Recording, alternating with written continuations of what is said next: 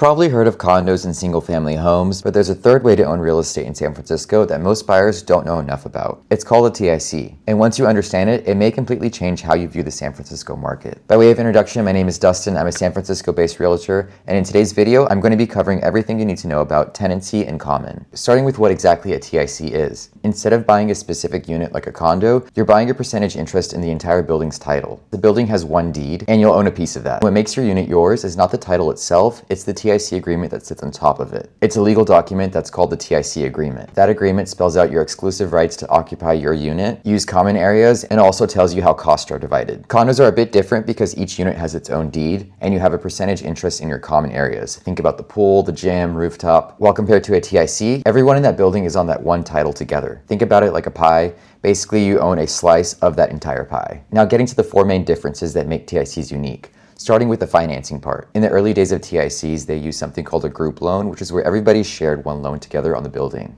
It was a little bit more risky because you would be liable if someone didn't make a payment. However, the TIC agreement has modernized and evolved, and now they offer something called fractional TIC loans. Basically, that loan is now going to be tied to only you, and only you are responsible for paying it. Rates for TICs have also come down. They're more in line with conventionals, sitting around the 6% range. Because of the modernized financing and similar rates to conventionals, market activity for TICs has picked up, and the price gap between the two types of homes has also narrowed. The second thing to know about TICs is how the title's different. Like I mentioned, you own a percentage of the entire building, but in practice, that percentage doesn't equate to the size or usage of your unit. It's more just a financial weight. Think about voting rights and repairs. So say there's a bill for $100, it'll impact things like voting rights and repairs. So say you get a bill for $100, if you have 25% TIC ownership, you'll be on the hook for 25% of that. Now, minority ownership with TICs could lead to you getting outvoted on common area rules, property managers, or what specific contractor you may want to hire. Ultimately, your percentage is about financial responsibility, not the unit size or usage itself. The third is going to be rent control. All TICs will be subject to rent control, similar to other laws in the city. Back in the early 80s when rent control was enacted, basically a lot of landlords ran to City Hall to convert their apartments into condos. Unfortunately, that put pressure on the already tight rental market in San Francisco. So the TICs were born as a way to limit how many condo conversions can take place each year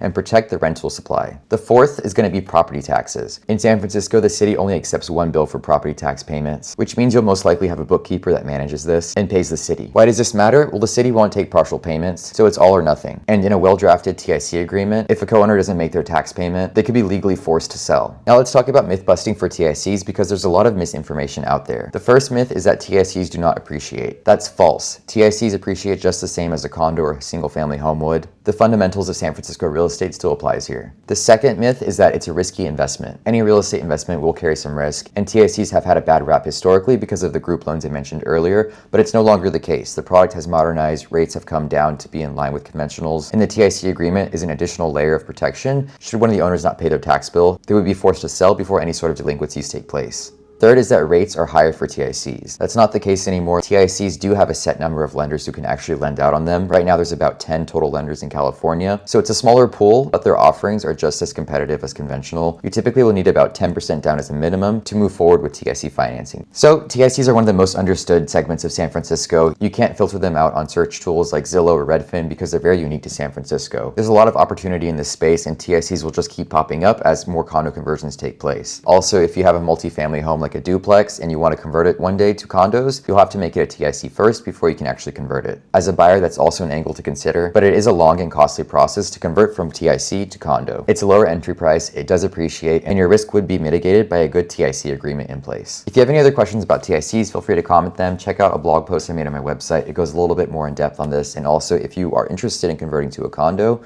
what that process looks like. Again, my name is Dustin. I'm a San Francisco-based realtor. Give me a like and subscribe, and until next time.